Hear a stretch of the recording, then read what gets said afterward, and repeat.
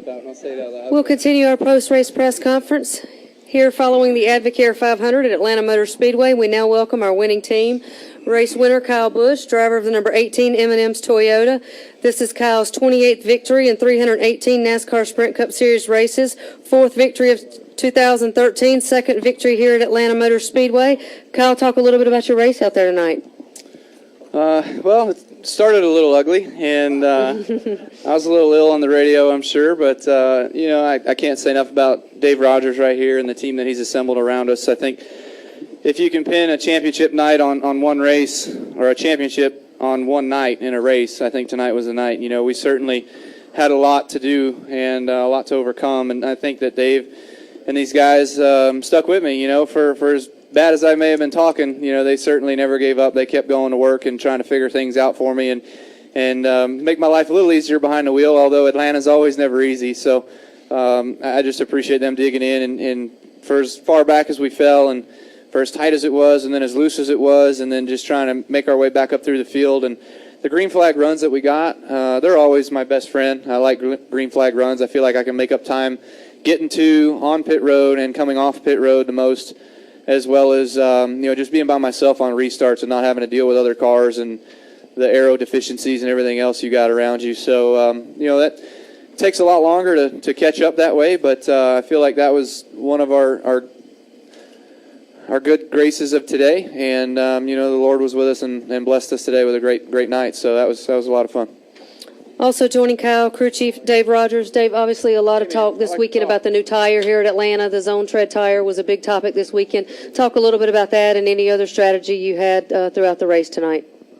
Yeah, the Zone Tread tire didn't really make a difference to us. With everything going on with the Gen 6 car, not racing here for a full year, the track aging, if you had asked me, did the tire change or not, I wouldn't have been able to tell you. So I think Goodyear did a good job there. From my perspective, I don't know what it felt like behind the wheel. But, yeah, just a great night. Like Kyle said, he gives the team a lot of compliments, but he deserves just as many. He's out there driving his butt off and Carzell handling, and you got to stay focused under those circumstances. And Kyle did a good job of doing that, and he gave us opportunities to work on it in the pit stops. And pit crew was phenomenal. We were throwing spring rubbers around and track bar and wedge and just cranking on the car, trying to get it to react. And, I never got anything slower than a 12.3. So my boys are back. They're ready to play. So we're having a lot of fun. JD, bear with me just a minute here. I've got a few impressive stats with you. Obviously, your relation. Yeah. We want your comments on this.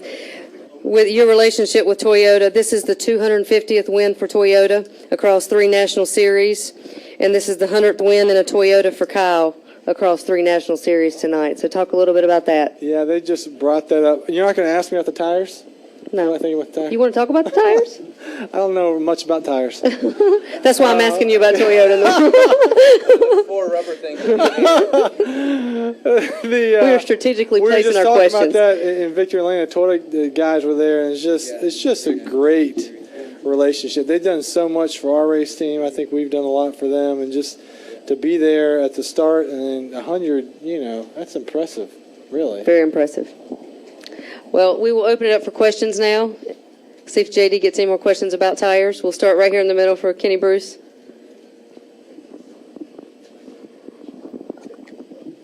Kenny Bruce with NASCAR.com for Dave. Yes. This is a serious question now. Kyle's talking about how upset he got on the radio and was carrying on and everything. When you hear him venting, how do you separate his anger from what he is really trying to tell you that the car is doing and understand what needs to be done?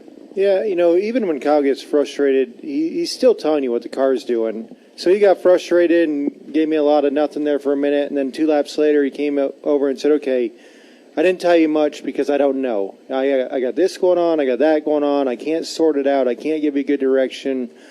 Man, just try something.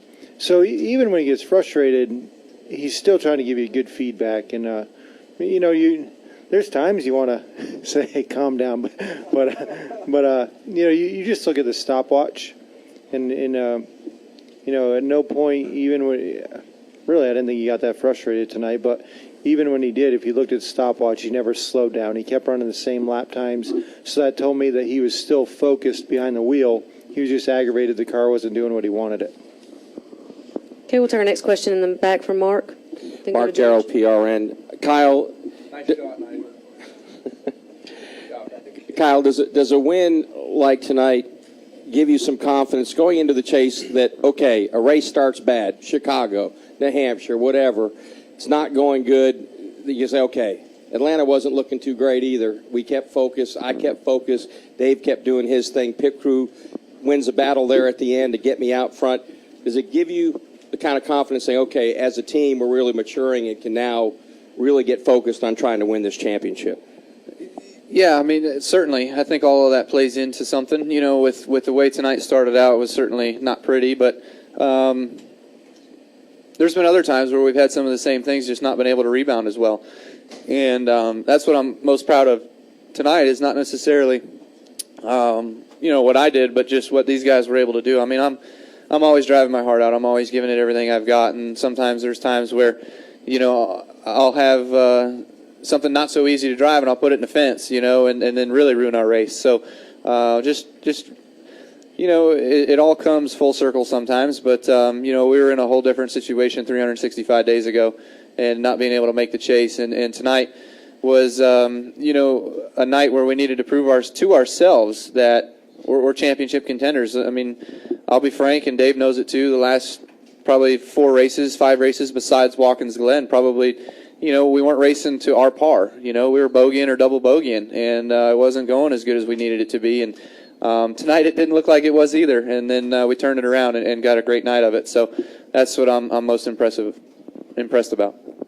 Okay, we'll take our next question from George. Do you know what a bogey is?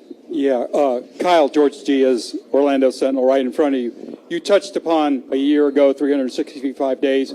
What happened in Richmond a year ago? Was that something that you just kind of wiped out and didn't think about that much, or has it been kind of a motivational thing for you this season as you've moved on? Well, it wasn't just Richmond last year that knocked us out of the chase. I mean, certainly when the pressure's on the line, you got to be able to perform and do what you're supposed to do, and we messed up. There's no doubt about it. But there was also, unfortunately, some engine failures we had in the year. There was some wrecked race cars we had in the year. There was some tire failures, some brake failures, things like that hindered us from good finishes. And it was just every week there was something new. And I tell you what, this is a humbling sport. You look at last year's champion and what he's going through right now. I mean, it's the same scenario. You've got to be able to take the highs and the lows, and certainly I am not very good at taking the lows. I'll admit it. I'll be the first to admit it. But when the highs come your way, you got to treasure them, because you never know how many more that you'll get. But tonight was a fun night. Okay, we'll go to the press box for a question. 2 questions for Mr. G.D. Gibbs, Wolfgang Monze from Germany, Ranchburg Press Agency. J.D., can you give some more details with the situation of Danny Hamlin? I was just reading his quotes that he said he's maybe thinking that the official was confused concerning the penalty, and maybe you can give also some more infos concerning the engine problems on Dennis' car. Yeah, on pit road, he got called down, and he was supposed to stop in the pits. That wasn't clear. He went through the pits and made him come back in when the race started and stop. So really, we didn't really understand, why we didn't do it the first time, and he called back down again. It was just kind of frustrating for the whole team. And then, what was the second question on the motor? Yeah, I think he was just frustrated. They were trying some different things in his motor they had, and we don't know exactly what happened, and we'll know a lot more when we figure that out. The engine? What's that? Yeah, I answered that. Is it not an unnecessary risk to try different things in this kind of stage of the championship? No, I think for Denny, I mean, you might as well go, if you're going to R&D some stuff, take a shot at it. You don't want to do it with Kyle or Matt, but I think that's kind of what they were looking at doing. Any additional questions from the press box? Okay, any final questions down here in the media center? Okay, we'll take one from Mike, then go back to Jim. Mike Neff from FrontStretch.com. One for Kyle and one for JD. Kyle, a few times in your career, you've gone into the chase riding some momentum, and then things haven't gone so well. This time around, Jimmy and Matt have both kind of had some up and down times here where the momentum may be turning your way. Do you feel like you've got things in a situation now where you can capitalize that and maybe make this your chase this time? It's early. It's real early. I mean, we still got one more week before we even start the chase. So, there's a lot of things that can happen, and it's certainly you got to. I mean, I've said it before. I think many a times, but you got to ride the wave when it's yours, and take it for as long as you can, and see how far you can carry it. So, I think that our team is. Like I mentioned, we haven't had a great 4 or 5 weeks lately at some of these ovals, but tonight was a good night. We go to Richmond, one of my favorite places, so hopefully we can capitalize there with another strong run and just kind of keep our momentum going, keep the guys, doing a good job on pit road like they did tonight, and, continuing to give us great stops, and myself and Dave Rogers to be able to continue to work together on making some good race cars and some smart adjustments throughout races. And if we can do all that and put the pieces together that way, then, there's no reason why we shouldn't be a force to be reckoned with, not only each and every race, but each and every year. Cool. Thank you. And, JD, I was curious if you could actually speak to your dad when the official didn't get out of the way of the car quite fast enough on pit road. He seemed to let him hear a bit of his mind down there on pit lane. I just want to know if you could speak to the fact that the coach may be getting up in years a little bit, but he's still got the fire in his belly when it comes to competitive sport. Are you saying he's old? No, I'm just kidding. No, I think what people don't realize, when he coached in the NFL all those years, like, he was intense and kind of a little crazy. And so now he coaches Pop Warner too, right? He does. He coaches his grandkids. He's not as crazy when he does that. But he, when he racing, he figured when you're the guy you want to be in the NFL is the owner. And so he comes to NASCAR, I'm going to be the owner. He realized a few years too late, the guy you want to be in NASCAR is the driver, not the owner. But I think he kind of, he vents, but he's gotten a lot better at kind of when and how he does it. We'll take our next question in the back middle from Jim, then go to Bob and David. Jim Utter, Charlotte Observer. This is kind of a follow-up question to Mike's question, Kyle. You obviously own numerous NASCAR records, but one thing that always seems to get thrown your way is that you haven't won a Cup championship. I just wondered, where does that rank in your personal list of what you want to achieve or want to be remembered for, more than one, or is it the ultimate goal? Just kind of how much does it mean to you to have another opportunity at that? The championship's number one on anybody's list. I think if you're a race car driver, you want to succeed and be the best in your realm of racing. And for me, I'm a NASCAR driver, and I want to be able to win NASCAR championships. And I've got a driver's owner's championship in Nationwide, and I've got an owner's championship in trucks, but I've yet to collect a big prize, which is the Sprint Cup trophy. And so one of these days it'll happen, and maybe it's 2013. Hopefully it is. And if that's the case, then it'll certainly be a blessing for myself and my wife, and of course this whole team and Joe Gibbs Racing that we're able to achieve that. But there's a lot of work that goes involved in that, and it's not easy. And it wasn't easy tonight, but we worked hard and continued to focus on what was next. And I think that if we can try to do that in these next 11 weeks, then maybe we can be hoisting a pretty looking trophy. Okay, go ahead with your question, Bob. Bob Hocker, Sporting News. I have one for Kyle and then one for Dave or JD. Kyle, you would have clinched if you finished like in the top 5. So what does it mean to clinch to get into the chase with a win? I think it's pretty cool. The earliest I think I've ever clinched was 2008 when we clinched at Watkins Glen when we won that one. That was pretty impressive that year. But, we certainly didn't have the last 10 weeks that we would have hoped for. So last year I felt like we learned a lot. We missed the chase, but Dave and I went into the end of the year. We didn't give up. We didn't just lame duck the rest of the year and ride around. We actually worked hard and pushed ourselves to be better, and probably didn't quite push as hard as we could have a couple times with some other guys racing for their championship. But I think that we did a good job of learning what we could do and learning how we can contend and compete. And that, that's what we need to focus on this year, is doing some of those same things. And for Dave, and I don't know if JD wants to chime in, but you guys, as kind of an organization, have stubbed your toe a little bit in the chase in recent years. Can you kind of talk about maybe some of the things you feel confident about, as far as like quality control issues going in the final 10 weeks? Dave wants to answer that. Yeah, I mean, our history's our history, so we've stubbed our toe, as you said, and you guys are going to talk about it until we stop stubbing our toe. I think everyone at the shop's working really hard. I think we've hopefully, I think we've learned from our mistakes. I think we put a lot of intelligent people in a lot of good spots to go through the QC process, like you said. I have a lot of confidence in my road crew.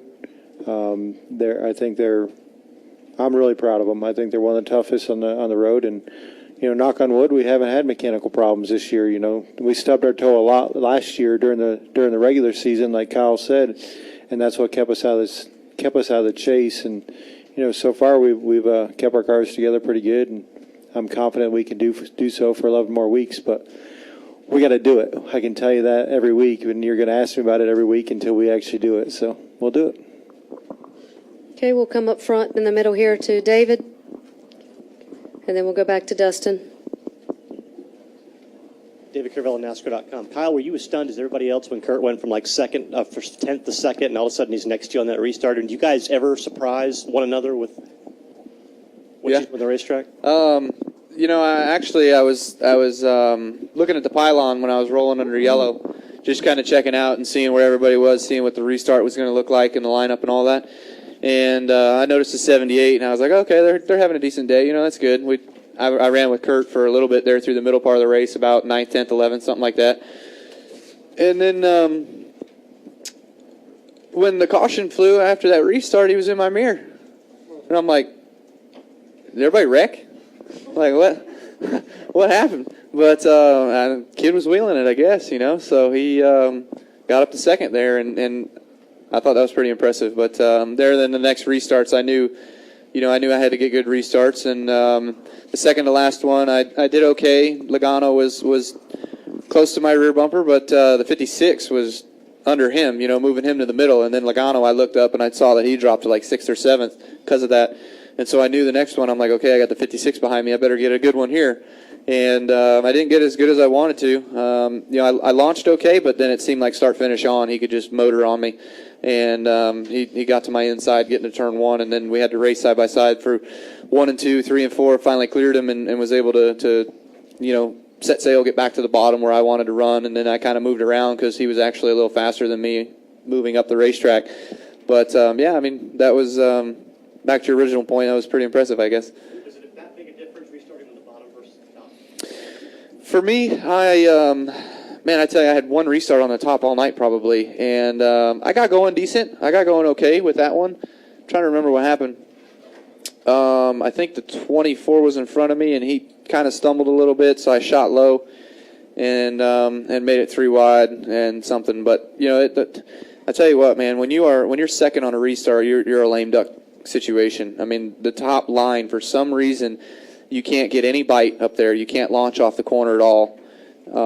For the restart, and when you're on the bottom, it seems like it's a lot easier to get going, and the leader predicts the restart, so whichever lane he's in, it's a lot easier to see that lane move forward, just because the throttle application is a lot smoother. Okay, we'll take our next question in the middle from Dustin. Dustin Long, Motor Racing Network. Kyle, you just mentioned a couple minutes ago about the run you guys had last season, the last 10 races, about learning to compete and contend.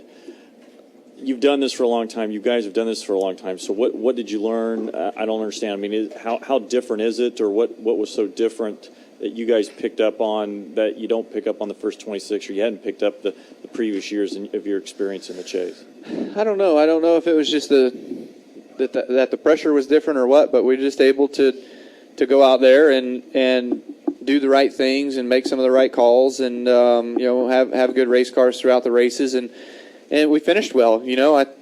I think our 2 worst finishes were at Loudon. We were running second to Denny Hamlin. Denny was lights out. He was really good. And then we had a valve. We dropped a valve, and so that knocked us back to 28 at Loudon. And then the next one was Kansas. We were leading the race. I spun myself out off turn 4, went to the back, and then worked our way back up through the field slowly, but then got to about 8th, and then on a restart, I moved low down the backstretch to protect my spot through 3 and 4, and Ryan Newman just pile drove me off turn 4 and wrecked us there. So I think we finished 32nd or something, worse than that maybe. So those were our 2 worst races, and if you take those 2 races out, I think we finished even with those 2 races, I think we finished 3rd in the points. If you give me back an 8th place at Kansas and a 2nd place at Loudon, we win the championship. So it's crazy the way that all works out, but it never does work out those ways, and we just have to. We know we can do it. That's the thing, and we just have to be able to do it, and that's what it boils down to.